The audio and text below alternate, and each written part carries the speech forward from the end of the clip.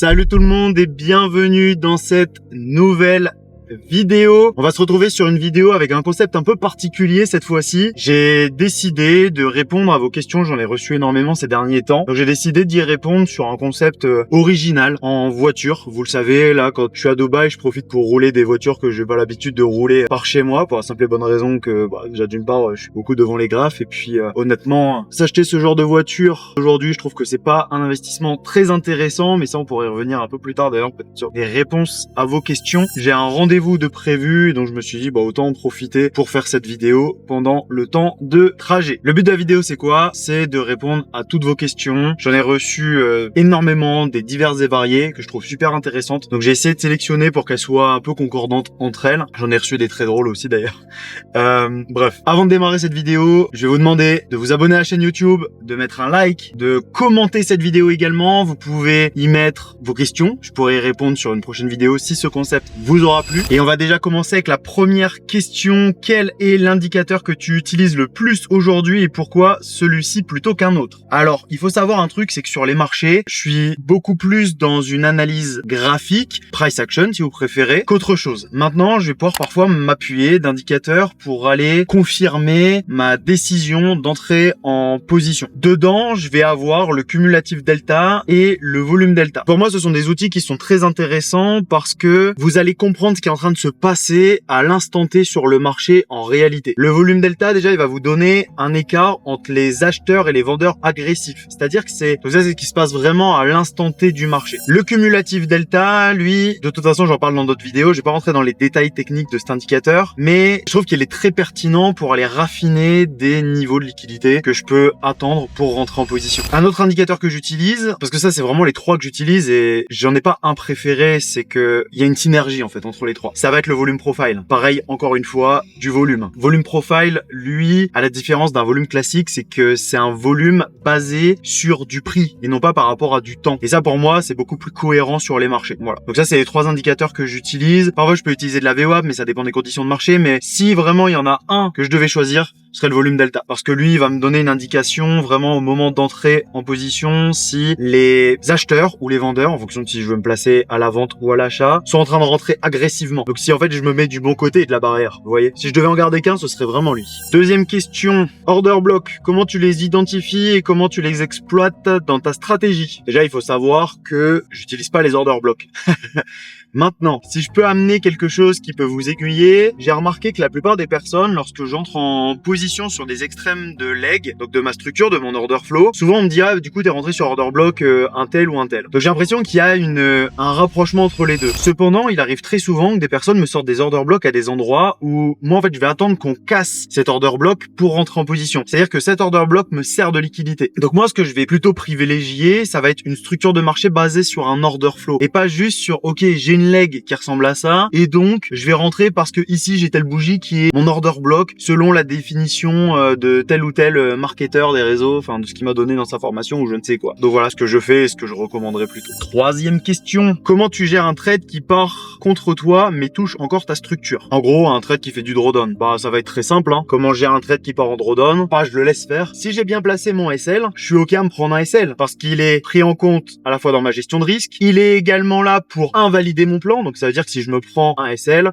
c'est que ma structure va changer. Donc voilà, ça c'est aussi simple que ça. Quatrième question, que penses-tu du risk reward minimum 3R, réellement faisable ou un mythe? Alors déjà, le risk reward pour moi est hyper important sur les marchés, parce que je sais qu'on a souvent entendu des réseaux sociaux qui se prétendent être des anciens traders institutionnels et dire que oui, le risk reward n'est pas toujours important. Le problème c'est que un vrai trader institutionnel, il a des outils que nous n'avons, c'est-à-dire que lui, lorsqu'il va rentrer en position, il va aller chercher des couvertures sur d'autres actifs. Et donc, nous, on n'a pas ce côté-là. C'est pour ça qu'il faut absolument que dans notre plan, on ait un très bonne mathématique, un très bon ratio en fait, entre notre taux de réussite et notre risk reward, pour être au plus simple de la base des mathématiques et des probabilités. Et ça va vous éviter de faire beaucoup de nœuds dans votre tête. Maintenant, ce que vous devez surtout faire, c'est penser à suivre la dynamique de marché. C'est-à-dire que si vous vous dites, ok, dans mon plan, c'est minimum 3R, et là, vous avez un setup qui vous permet d'aller chercher 2,86R, et vous dites non, moi, minimum, c'est 3 absolument. Le problème, c'est que si ça respecte bien votre plan et votre dynamique de marché, peut-être que vous allez passer à côté côté d'une opportunité qui était très intéressante. Donc, je vous invite effectivement à avoir un petit peu de flexibilité, mais d'essayer vraiment d'être sur un risk-reward globalement entre 3 et 6 R. Je vais donner quelque chose de large pour une raison qui est assez simple, c'est que ça vous permettra d'avoir aussi une marge d'erreur en fonction de votre taux de réussite. Et surtout, parfois, il y a des opportunités qu'il faut savoir pousser, il faut savoir être opportuniste sur les marchés. Et donc,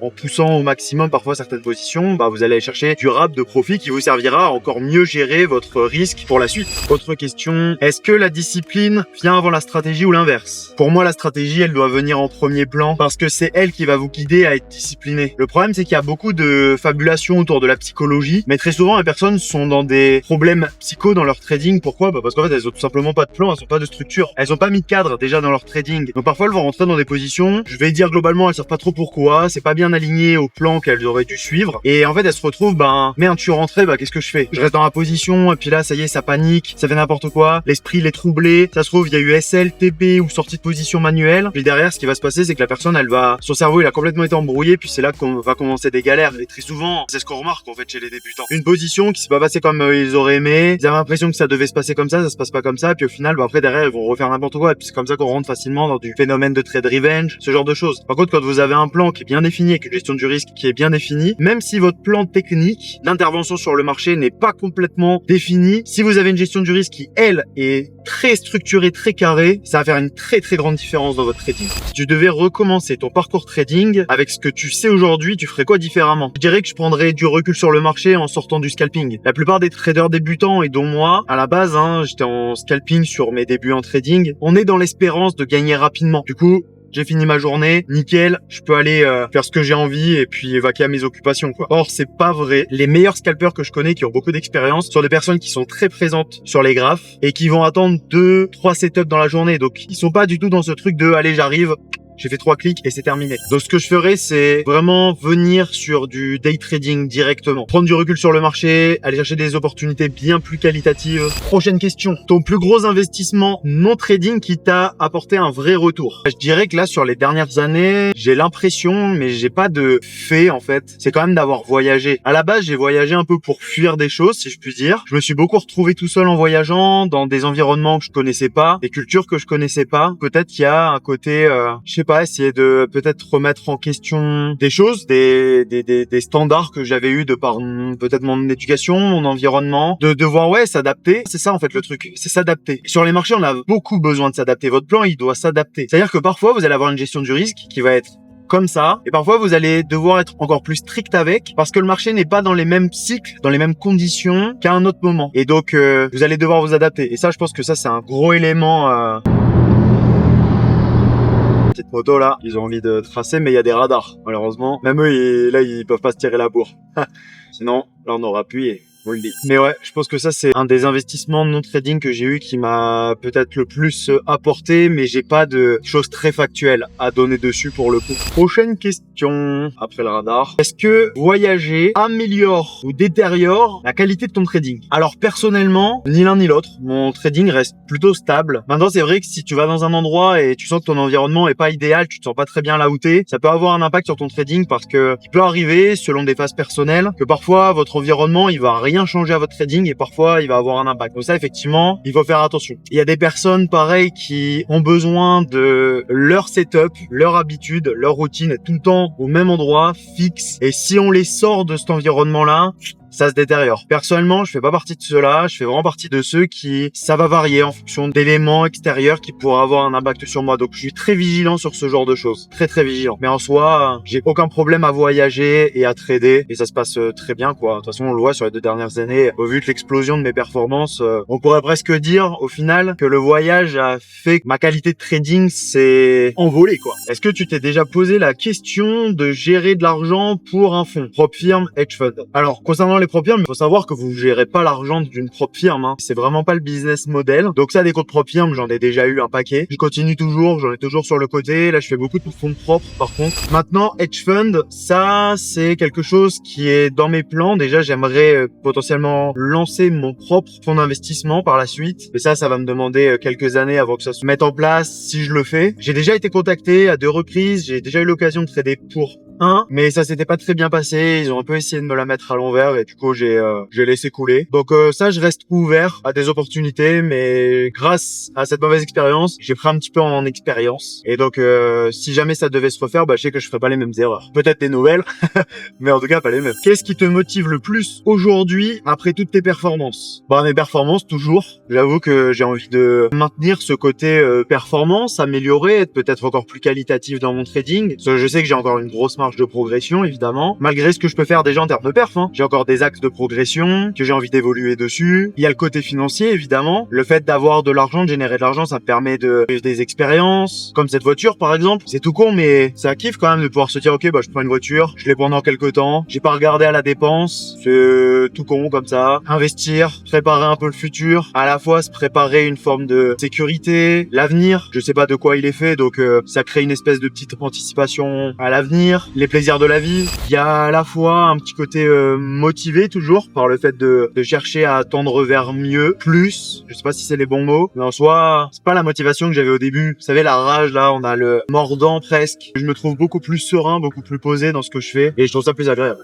Pourquoi je croirais un formateur? La plupart gagnent plus en vendant des formations qu'en tradant. Qu'est-ce que tu réponds à ça? Si je me fie purement à ta question, qui gagne plus qu'en tradant, bah en fait, s'il gagne déjà de l'argent en trading, en quoi ça pose un problème qu'il propose une formation et qu'il gagne plus avec sa formation au final qu'en trading? Ça veut pas dire que c'est un mauvais formateur ou un mauvais trader. Certaines personnes vont préférer trader avec 50 ou 100 000 euros, être à l'aise avec ça, faire des belles perfs régulières, que certains de vouloir monter à 300, 600, 1 million, 2 millions et être en dents de scie, faire n'importe quoi. Donc moi j'y vois vraiment pas d'inconvénient à faire ce genre de choses. Personnellement, j'en parlais justement avec un bon ami à moi qui me disait franchement t'as pas à te prendre la tête quoi, tu gagnes bien ta vie en trading, tu fais des bonnes perfs, qu'est-ce que tu t'en fous même si tu gagnes 10 fois plus grâce à de la formation où déjà il y a des gens qui n'arriveraient même pas à faire ce que tu fais ne serait-ce qu'en trading. Donc voilà, maintenant il faut savoir où est ta base de métier. Est-ce qu'elle est sur le marketing et la formation ou le trading? Voilà, c'est là où en fait faut être plutôt vigilant, j'ai envie de dire. Voilà, en soi j'y vois pas du tout d'inconvénient. Par contre là où j'y vois un inconvénient, c'est pour ceux qui forment, en fait qui traitent pas. Le plus important c'est qu'ils soient gagnants, même s'ils sont pas forcément réguliers, parce que ça dépend du style de trading de chacun. Maintenant je suis pas forcément fan de la non-régularité en trading. On a suffisamment de pression pour s'en rajouter encore plus avec du dents de scie, même sur des gains générés, mais bref, pas déjà qu'on en a. Souvent vous le voyez, il y en a ici sûrement sur la vidéo qui sont allés dans des formations de mecs au final ils sont peut-être même pas rentables, et ils ont jamais gagné d'argent en trading, et pourtant vous avez appris des choses. Déjà vous avez appris à plus suivre les bonnes personnes et être sur mes vidéos, donc au final c'est plutôt pas mal. Qu'est-ce qui fait qu'on peut te faire confiance dans un milieu où beaucoup sont critiqués? La critique, ça peut être positif aussi. Qu'on me fasse confiance ou pas, en soi, je m'en fous, quoi. Je fais ce que j'ai à faire. Puis qui même me suivent, j'ai envie de dire, pour être très honnête. Je connais ma capacité de transmission d'informations, de compétences, tout ce par quoi je suis passé. Je sais que j'ai une forte capacité d'analyse sur les problématiques des gens, dans certains cas pour les aider à s'améliorer. En tout cas, même hors problématique, déjà de leur transmettre ce qui me permet à l'heure d'aujourd'hui d'avoir ce qu'on pourrait appeler un soupçon de réussite sur les marchés. Donc ouais, les gens disent ce qu'ils veulent. Vous savez, j'ai déjà eu des discussions avec des personnes qui avaient un avis très négatif sur les marchés financiers, le fait de faire du trading. Sauf que la plupart des gens, ils ont un avis qui est basé sur absolument rien de concret. Ils savent même pas de quoi ils parlent. Donc au final, qu'est-ce que vous voulez que je dise? Je laisse quoi en fait. Donc en soi, je vais même aller plus loin, je m'en fiche. Je fais mes trucs. Tant que je dors sur mes deux oreilles, que je sais que je suis pas dans un objectif de nuire à autrui, que j'essaie vraiment de faire attention à mes mots, à l'attitude que je peux avoir justement pour pas que des personnes peut-être le prennent et que ça leur nuise, vous voyez, comme si je divulguais des mauvaises informations quoi, genre avec le money management comme certains peuvent faire. Ça typiquement je pourrais pas le faire parce que je sais que ça peut vraiment nuire. Quel a été ton déclencheur pour partager ton trading publiquement et comment tu garantis la transparence aujourd'hui? La transparence, je dirais que je la garantis au travers de mes lives. Je prends position en direct devant vous, c'est-à-dire que si je perds, je perds devant vous, si je gagne devant vous. J'ai une cohérence entre ce qui est dit et ce qui est fait. Déjà à partir de là, je pense que c'est déjà des gros facteurs de crédibilité et de transparence. Maintenant, le début de la question, c'était quoi? Et quel a été le déclencheur pour partager mon trading publiquement? Une envie de création de communauté et de partage et de changer ce qui avait déjà été fait par le passé, parce que je voyais des communautés et je les trouvais pas bonnes à différents niveaux, à la fois de par le créateur de la communauté, de par les membres, et je sais pas, j'ai envie de plus créer quelque chose à mon image et partager publiquement. Pourquoi? Pour tout simplement montrer ce côté transparence. Voilà. Qui est mieux placé que les personnes qui me suivent depuis 2 ans, 3 ans, 4 ans et qui ont vu toute mon évolution. Alors d'aujourd'hui, je vois pas ce qu'il est possible de faire de mieux que ça en termes de transparence, par exemple. Est-ce que le prix de ta formation va augmenter dans les prochains mois et pourquoi? Alors oui, tout à fait. Pourquoi? Parce que c'est une formation évolutive, c'est-à-dire que le contenu arrive au fur et à mesure du temps et plus il y a de value, et bien plus ça a un prix, tout simplement. On va pas parler marketing, je sais pas quoi, c'est une réalité. J'ai des compétences, je sais qu'elles ont une forte valeur sur le marché à l'heure d'aujourd'hui, à la fois au travers de ma transparence dans mes performances, enfin déjà dans mes performances personnelles, dans la transparence que je peux avoir, donc ce que vous voyez au travers de mes performances, des résultats que je peux apporter directement ou indirectement. Donc ouais, ça a une valeur sur le marché, j'en suis conscient et donc je l'utilise aussi afin d'honorer ce que mon parcours, mon expérience à la fois passée et présente. La ICT SMC étant hype sur internet, pourquoi tu dis beaucoup l'interprètent mal ou c'est un piège pour les débutants? Déjà, il faut savoir un truc, c'est que ça a été beaucoup marketé et j'ai quand même un pied, c'est que quand trop de personnes sont d'accord avec un truc et sont tout le temps focalisées sur la même chose, tout le monde est d'accord, on va dire, tout le monde se rejoint, tout est beau, tout est rose. J'ai l'impression que c'est la police, hein. Attention avec le téléphone, je peux le ranger. Oh, respectez bien les limitations de vitesse, hein.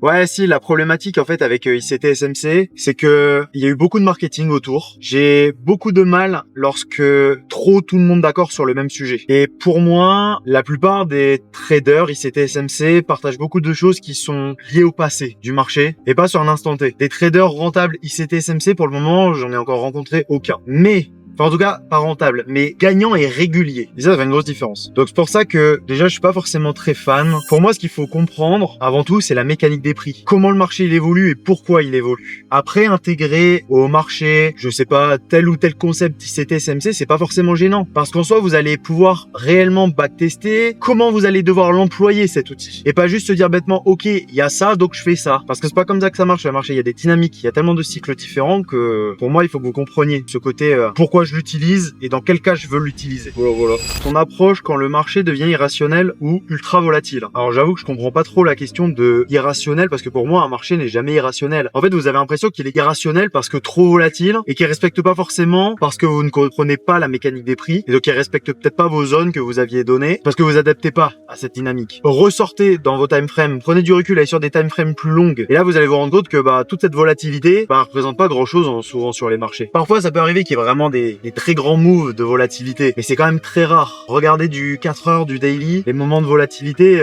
c'est pas non plus tous les jours sur les marchés. Donc comment je vais gérer en prenant du recul sur les marchés? Aussi simple que ça, si le marché est beaucoup trop volatile sur mes time frames, 5 minutes, 15 minutes, je vais plutôt aller sur du 1 heure et attendre mes confirmations sur du 1 heure, en raffinant avec du 15 minutes à la rigueur. Mais je vais pas être sur un raffinement, je vais pas être sur une analyse pure et dure 15. Je vais attendre des gros niveaux de liquidité, beaucoup plus haut time frame. D'ailleurs, c'est ce que j'applique déjà de manière générale, mais il peut m'arriver de descendre un peu dans ces étages-là. Mais quand il y a des problèmes de volatilité extrême, c'est pas vraiment un problème, mais ça peut être problématique dans votre trading, juste reculer. On revient à fondamentaux, les grosses time frames, les grosses unités de temps. Où est la frontière entre excès de confiance et confiance nécessaire en trading? Ça, c'est une super question.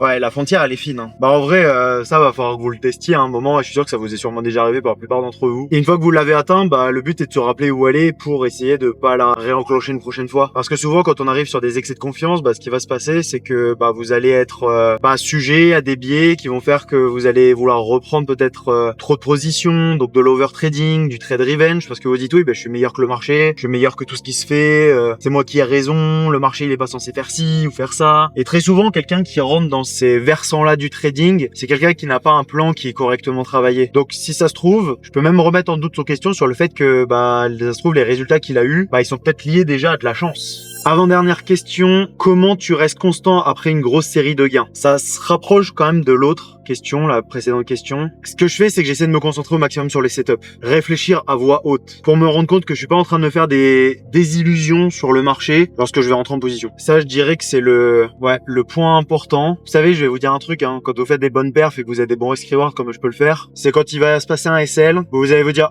là j'ai fait SL. À quoi il est dû? Est-ce qu'il est dû au suivi de mon plan et c'est ok, c'est un bon SL? Ou est-ce que c'est un SL parce que j'ai fait n'importe quoi, parce que j'étais mentalement, j'étais un petit peu atteint?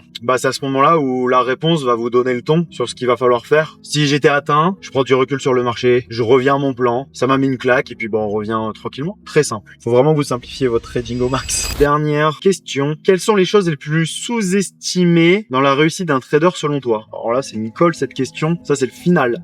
Je vais remodeler un peu la question pour répondre par rapport aux autres, peut-être. Pour mon cas, c'est tout le travail qu'il y a eu en amont. Parce que là, les personnes, elles ont l'impression que c'est comme si j'étais un génie sorti de la lampe, quoi. Par rapport à parfois des messages que je peux recevoir pour me dire, ouais, t'es vraiment un génie des marchés, un truc comme ça. Et pourtant, non. Tout le parcours en amont qui est sous-estimé et tout ce par quoi vous êtes passé. Et du coup, là, les gens ne voient que le fruit de tout ça, la conséquence logique, en fait, de tout le travail que vous avez pu faire. Je dirais que ça, c'est une des choses qui est un peu sous-estimée. Et c'est pour ça que, pour faire un retour aussi sur la formation, le fait d'être passé par toutes les étapes que je peux vous partager régulièrement, et venez vraiment sur les lives, rejoignez le lien qu'il y a dans la description de la vidéo, parce que je partage comme ça plein d'anecdotes, de choses qui sont liées à mon parcours. Ça va vous montrer aussi que vous n'êtes pas seul à vivre ce genre de choses, que c'est logique de passer par ce par quoi vous passez, que quelqu'un qui réussit est passé aussi par là, et donc c'est pas une mauvaise chose que vous y passiez aussi. Alors voilà, ce sera le mot de la fin.